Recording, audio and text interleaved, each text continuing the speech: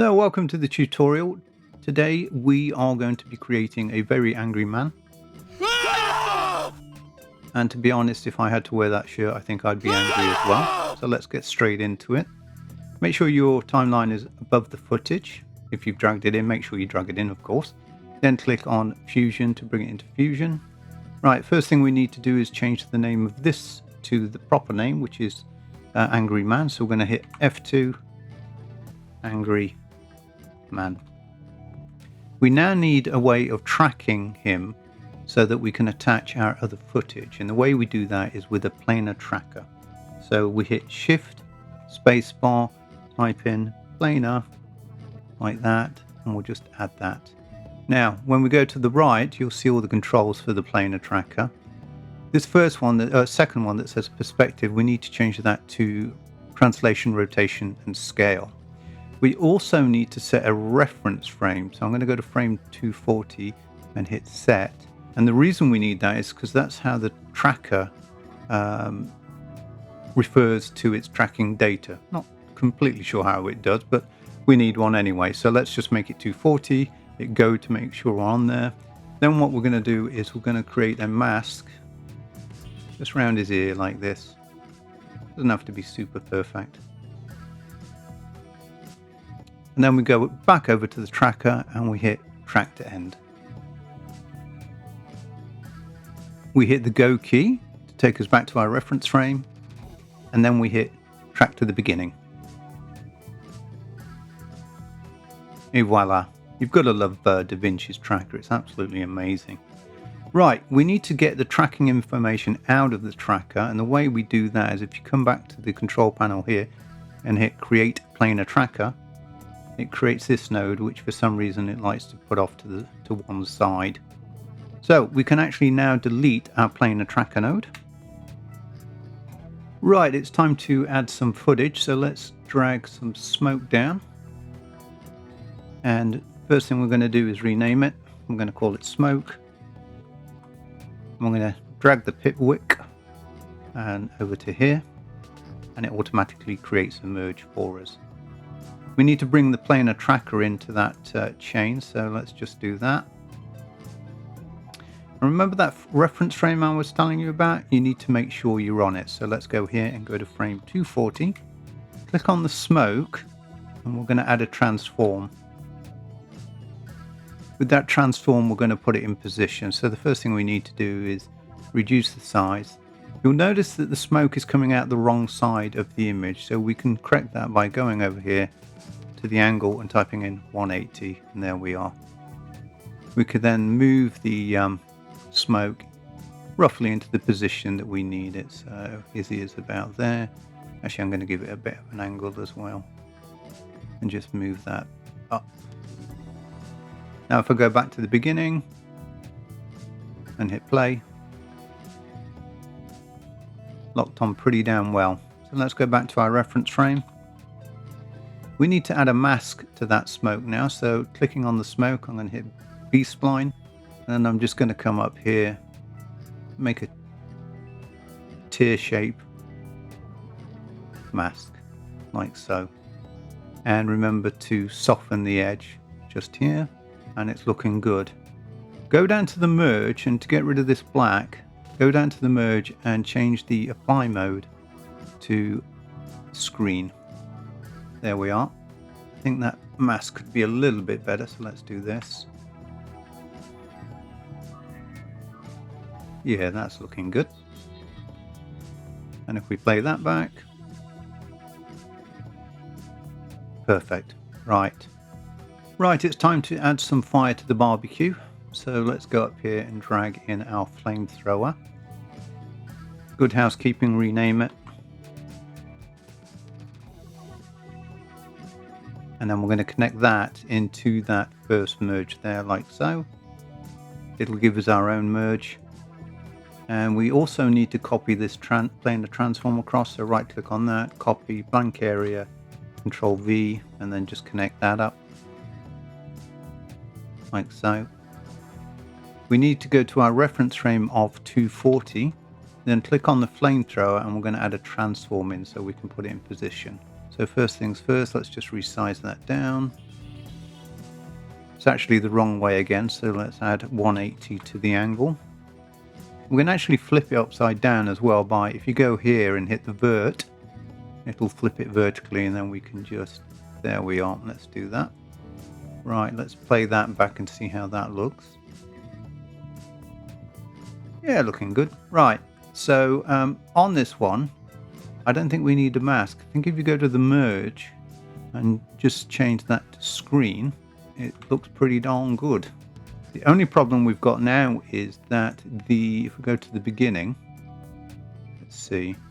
Yeah, the flame comes out a little bit too early. It needs to start at, say, frame 160. And the way we fix that is if we go to the flamethrower and see here on the right, if we change this so it starts, oh, it's done it pretty good there. I've got it going at 158. Let's see how that looks. Perfect, perfect. We just need to change the angle of our smoke there. It's looking a bit off there. So let's go to that transform there. Make sure we're on our reference frame and just rotate that up. So the only problem we have now is when we go to the beginning of the video, the smoke is actually coming in before he's really angry. So let's fix that. If we go to frame 180, yeah, that's when the smoke really should be in. So what we can do is, if we click on the spline tool, there's our mask. Go down to the bottom here, and where it says right click here for shape animation, click that. Then what we're going to do is we're going to go 20 frames forward. Actually, we'll go to frame 150. And then what we'll do is we'll zoom in. And what we need to do is move all these points over to his ear. And this, what this will do is it will make the smoke grow out of his head. I've just added a point, don't need to do that. So let's do this. And if I zoom back out and hit play, you can see that the smoke comes in like so. We should also control that in the merge as well, because there will be an element of smoke right at the beginning on that ear. So what we need to do is go down to the merge underneath the smoke, go to frame 150, click on these keyframes here. On those diamonds, go to frame say 180, click again, go back to the first frames and just change these to 0, like so. And now when we press play, that's looking a lot better. We should also have it go out a little bit as well. So when we go to the end, we don't need to adjust the mask, but we will on the blend, and I'll show you what I mean by that. So we're at frame 300, we're on the merge, go over here, we click keyframe, go through to frame 300 and say 30, keyframe, but instead of taking these all the way to 0, just take them halfway down, and it just looks like he's fuming a little bit. We also need to control the flamethrower, and the only real way to do that is with a mask. I should have added that at the beginning if I was thinking about it. So let's do this. So we're on go to our reference frame,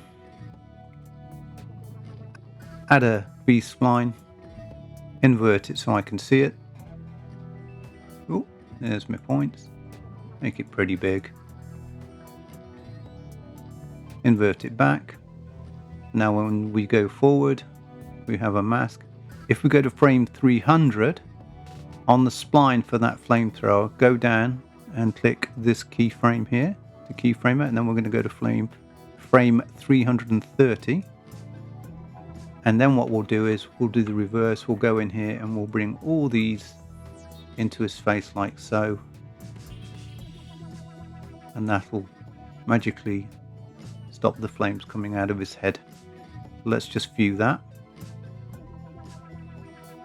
Yep, that works. The only thing I don't like is it's a bit harsh on the edge. And let's go to the spline and add a soft edge to it. Quite a big one actually. And see how that looks. Perfect. Right, we're almost finished. Now what we need to do is the other ear. And how we do that is we cheat. So if I grab all of these move this out of the way and this out of the way. Grab all of these here, right click, and go copy, right click and paste, like so. Let's bring them all down. Just connect them all in. So essentially what I've done is I've made duplicates of that left ear, but we should now be able to go in, and if we go to the very bottom of the transform here and add another transform, like so. I'm on the smoke one this time, and I've added a second transform. If we go in, I should be able to flip that horizontally. Et voila, it's just moved here. Go to our reference frame of 240. Yeah, let's just move it in a little bit. That's looking good to me. And we need to do the same for the flamethrower. So we're on frame 240. Go below that transform, add another transform. Yeah. Go over to the side window, hit flip horizontal, like so. There we are. We're on our reference frame. Go to this, go to your transform here, and just move that in, like so. Ladies and gentlemen, we have a very angry man.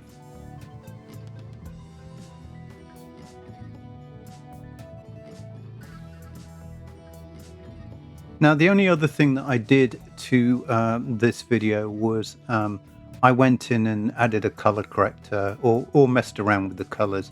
You don't have to, you can be quite happy with that. The way I did that was clicked on the Planar transform, Control or Shift space bar, and just went in and added a CC color corrector here. And then I just messed around with the gain, etc. As you can see, and you can even brighten up the oranges like that. And you just add that straight across. Anyway, I hope you enjoyed this tutorial, and I look forward to seeing you in the next one. If you've got any ideas for tutorials, by the way, that you'd like me to do, please leave a message in the comment section below. Thanks. Bye.